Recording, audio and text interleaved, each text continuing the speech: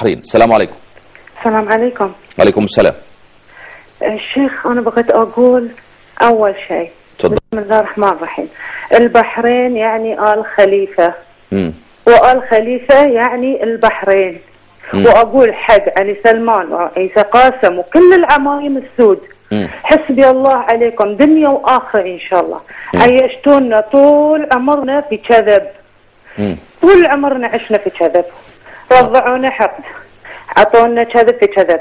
وأبسط شيء يعني لو كل شيعي يبطل مخه ويفكر والله بيكتشف كذبهم. لا يضربهم بالنعال يا ابو محمود، والله بيكتشف كذبهم، يخلع النعال ويضربهم على رؤوسهم عمائمهم السوداء كسواد وجوههم وقلوبهم. راح اي والله اي والله.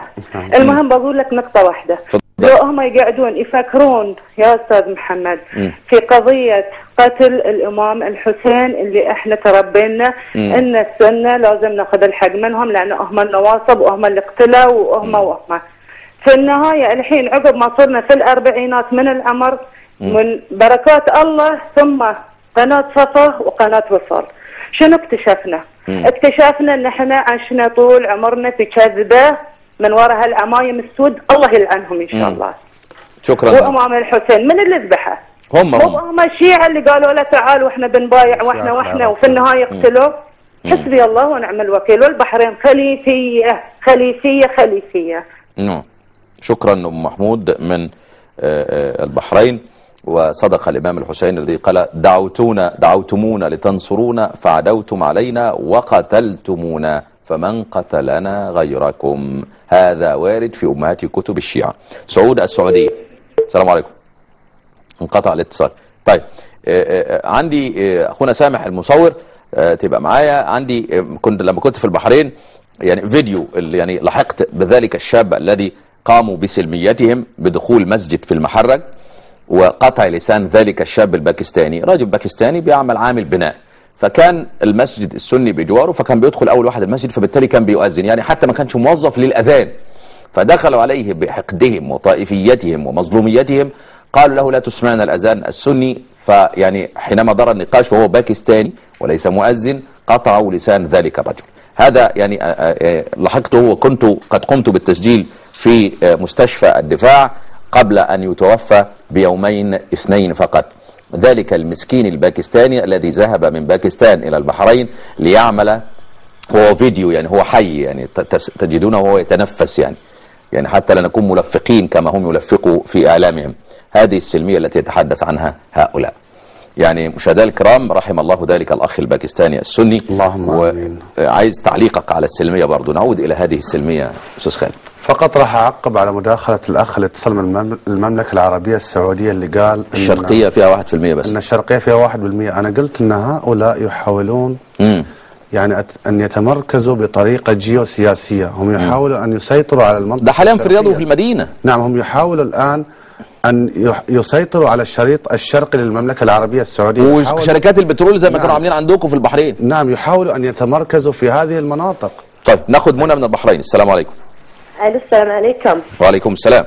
يعطيكم العافية. شكرا الله لك. بس أنا عندي سؤال واحد. تفضل. هذا علي سلمان، ليه أنا هذا اللي خاطري أعرفه، عرفت كل الأحداث اللي صارت عندنا، بس أبي أعرف علي سلمان ليش يحم ومقبوض عليه؟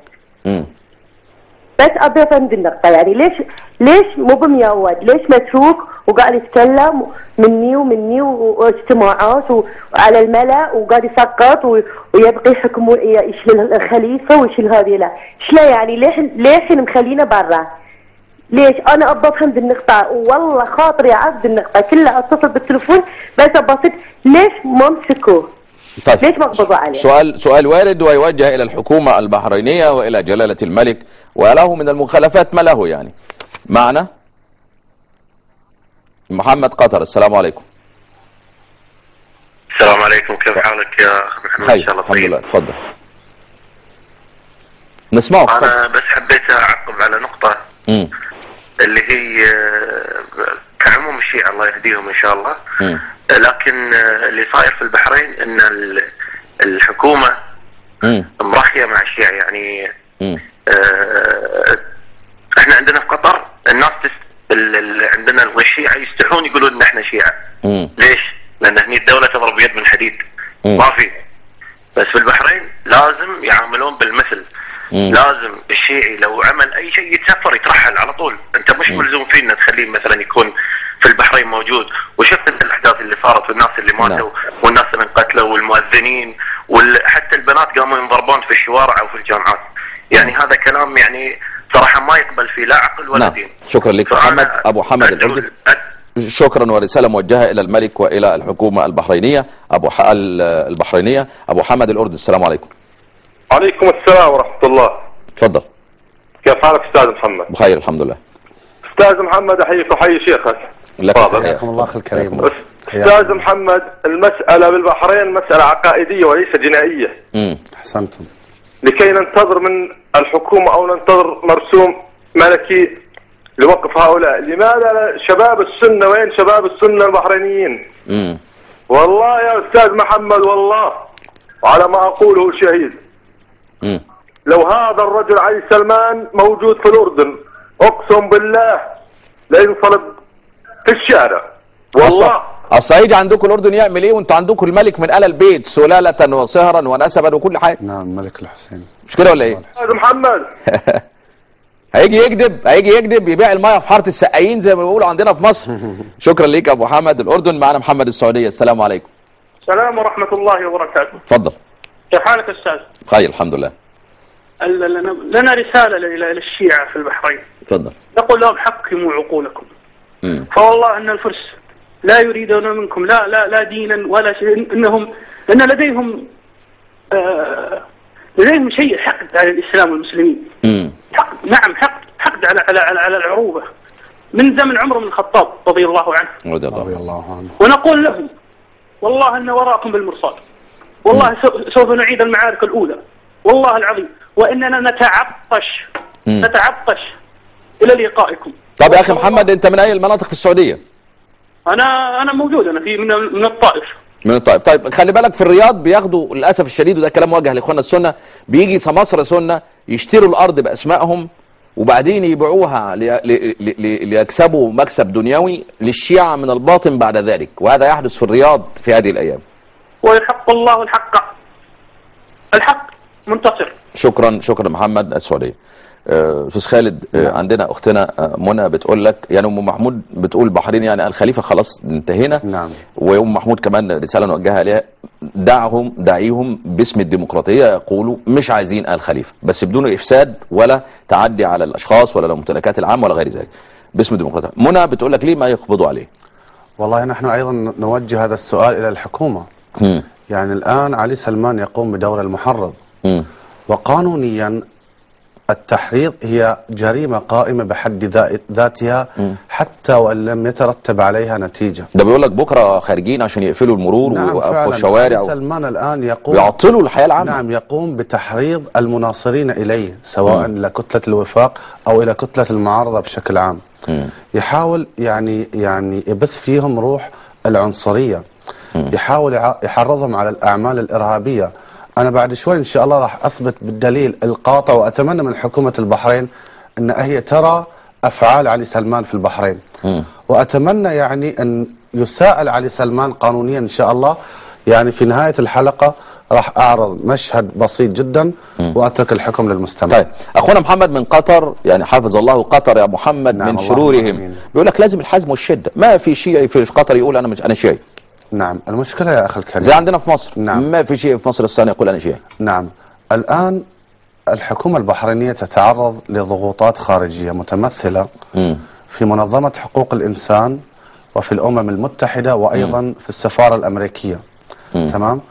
يعني هذه الضغوط من شأنها أن يعني تخفف من حدة استخدام القانون. القانون يطبق، ولكن نحن نحتاج إلى صرامة أكبر لتطبيق القانون بحيث أن تكون عودة هيبة الدولة، العقوبة متناسبة مع قدر الجرم. طيب أبو محمد بيقول لك إن المسألة عقائدية. فين شباب السنة البحريني؟ شباب السنة البحريني طبعا موجود، والدليل تجمع الفاتح الثاني، تجمع الوحدة الوطنية الدكتور عبد اللطيف المحمود. نعم، اللي تجمع فيه 450 ألف مواطن بحريني جددوا البيع والولاء إلى العائلة الحاكمة. السنة موجودون ولكن يحتاجون إلى عامل محرك. طيب، والآن المفروض تكون هناك تكتلات شبابية يعني تساعد السنة للانخراط في العمل السياسي. السنة موجودين، الكفاءات موجودة، القدرات موجودة، ولكن الآن علينا أن نوحد خط السير وأن نوحد الأهداف. طيب محمد من السعودية بيقول لك، بيخاطب الشعب يقول لهم حكموا عقولكم، هل بيحكموا عقولهم فعلا؟ والله إن حكموا عقولهم فلن يبقوا على مذهب التشيع ثانية لحظة واحدة. طيب نشوف الفيديو ده مشاهدينا الكرام لتعليق الأستاذ خالد يعني بورشير عليه. هذا إنجاز من إنجازات هذه المقاومة لهذا المشروع. إنجاز آخر، هناك وعي متزايد اليوم في كل شرائح البحرين، كل مواطنين البحرين اليوم لديهم وعي أكثر من السابق عن خطورة هذا المشروع وضرر هذا المشروع. لم يعد المدركون هم مجموعة من النخبة فقط، أصبح الجميع في البحرين، وممكن تتلمسون هذا في المدارس. حتى الأطفال من السنة والشيعة لديهم وعي بأن هذا المشروع مشروع مدمر، ولا يتلقون طبيعة الناس الذين يشاركون في هذا المشروع تحت أي ظرف من الظروف باستقبال. هناك حساسية، وهذه الحساسية تزداد وهي ناتجة من الوعي، لأن الطفل أصبح يدرك بأن هذا يزاحم في مقعد المدرسة، وأنه سيزاحمه في الغد في مسألة الوظيفة وفي الإسكان وفي سائر الخدمات. أطفالنا اليوم يدركون ضرر التجنيس، هذا بفضل العمل الذي تقومون فيه، ولذا يجب أن نستمر. تفضل شيخ. طبعا علي سلمان الآن قال بيخوف من ضرر التجنيس. لا، مش مسألة التخوف من مسألة التجنيس، هو الآن يحاول أن يعمل تفرقة عنصرية حتى في اللبنة الأولى الذي هم الأطفال طلاب المدارس. علي سلمان قال بأن هذا المشروع يعني حتى وصل إلى المسكن المتوسطة أو الصغيرة. الطلاب الآن أصبحوا مدركين بأن هؤلاء مجنسون، وغدا سيقومون بمزاحمتهم في مقاعد الدراسة، وأيضا في الوظائف، وأيضا في الإسكان. طيب هذه أساسا بث لروح العنصرية. احنا المفروض نعيش طالما حصل على الجنسية له كافة حقوق زي. أحسنت.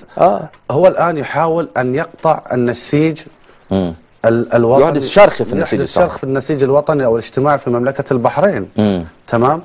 الأطفال الآن مع الأسف الشديد تأثروا بمشروع علي سلمان، وهذا المشروع أعطى نتائج غير محمودة. يعني إن شاء الله راح نشوفها بعد قليل على الفيديو. عندنا الفيديو جاهز؟ طيب إلى أن يتم تجهيز الفيديو. نعم. يعني سؤالي تاني هكرره. نعم. بتاع أخونا محمد من السعودية. نعم.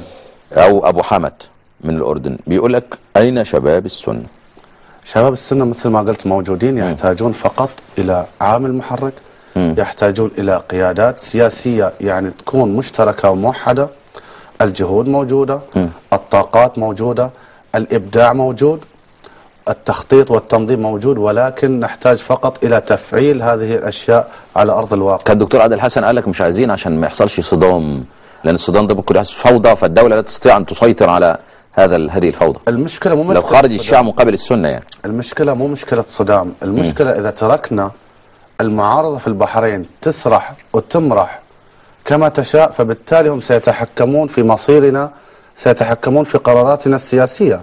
المفروض أن نكون ندا لهم، أن نثبت للعالم خلاص وأعدوا لهم أن ليس المعارضة فقط هم الشعب البحرين، هناك طائفة أخرى كانت صامتة فترة طويلة والآن استيقظوا من سباتهم الذي ناموا إليه فترة طويلة. نعم. طيب نشوف مشاهدينا الكرام فيديو أخير في هذه الحلقة، نشوف مع بعض.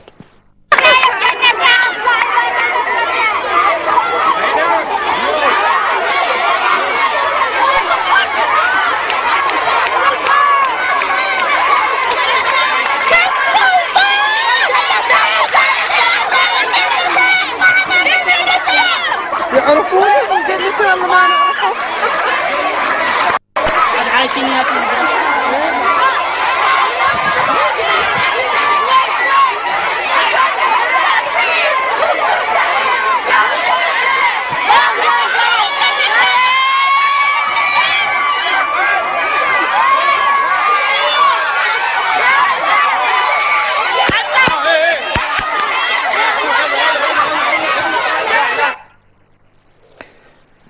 الفيديو نعلق عليه شيخ، تفضل. طبعا هذه نتيجة تحريض علي سلمان إلى الأطفال وإلى طلاب المدارس. إيه محتوى الفيديو عشان أنا مش فاهم حاجة منه. محور الفيديو أن هناك طالبات اعتدوا على طالبة سنية بحجة أو بذريعة أنها فتاة مجنسة. وهذا أساسا تنفيذا لمشروع علي سلمان الذي قال امضوا بهذا المشروع قدما. وهذه الثمار التي جناها علي سلمان من خلال الخطابات الطائفية التحريضية التي حتى لم تستثني شريحة الأطفال. الآن هؤلاء الطالبات اعتدوا على طالبة سنية. من يتحمل هذا الفعل الإجرامي؟ الأطفال ممكن لا يدركوا حقيقة، هم يوجهون، هم يقلدون، هم موجهين وهم استخدموا كأدوات مع الأسف الشديد. وأنا أقول بأن هذا الفعل الذي رأيناه الآن من تخطيط وتنظيم علي سلمان، أتمنى من حكومة البحرين أن تأخذ بعين الاعتبار حق هذه الطالبة السنية وأن تأخذ بعلي سلمان إلى المساءلة القانونية. طيب بالأخير كلمة توجهها لشباب الشيعة، كلمة توجهها لشباب السنة. أنا أقول بأننا نشكل نسيج اجتماعي واحد، وديننا الحنيف أمرنا بالتعايش. الله سبحانه وتعالى يقول وجعلناكم شعوبا وقبائل لتعارفوا. إذا مبدأ التعايش أساسا هو المنطلق الإسلامي الذي أمرنا به.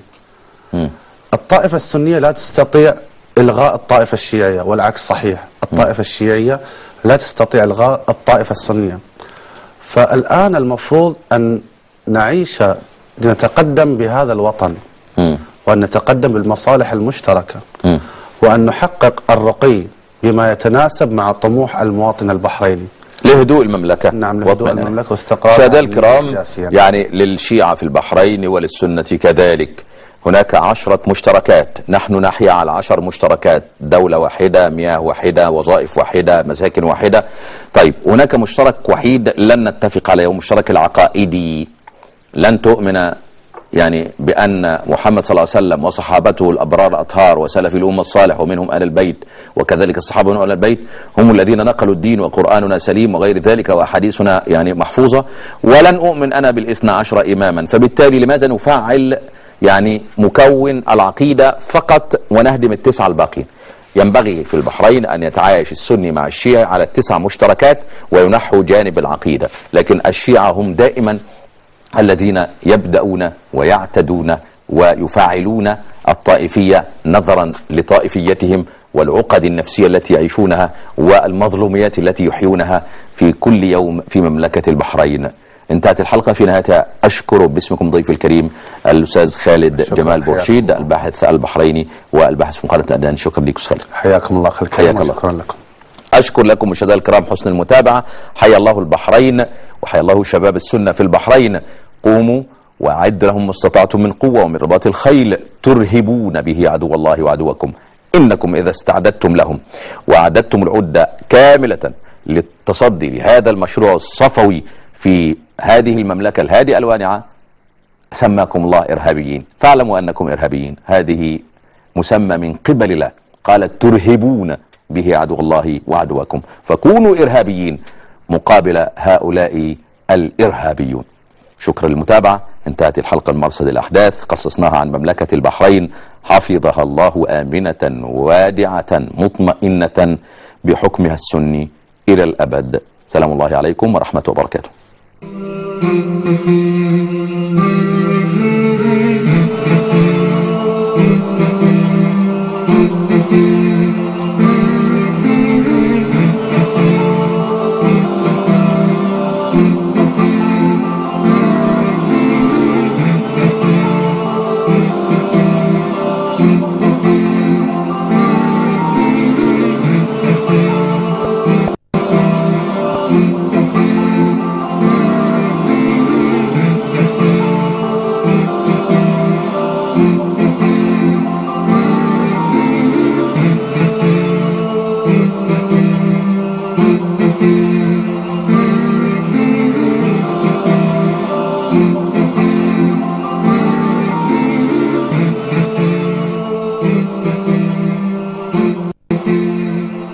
هذا البرنامج يأتيكم في الأوقات التالية.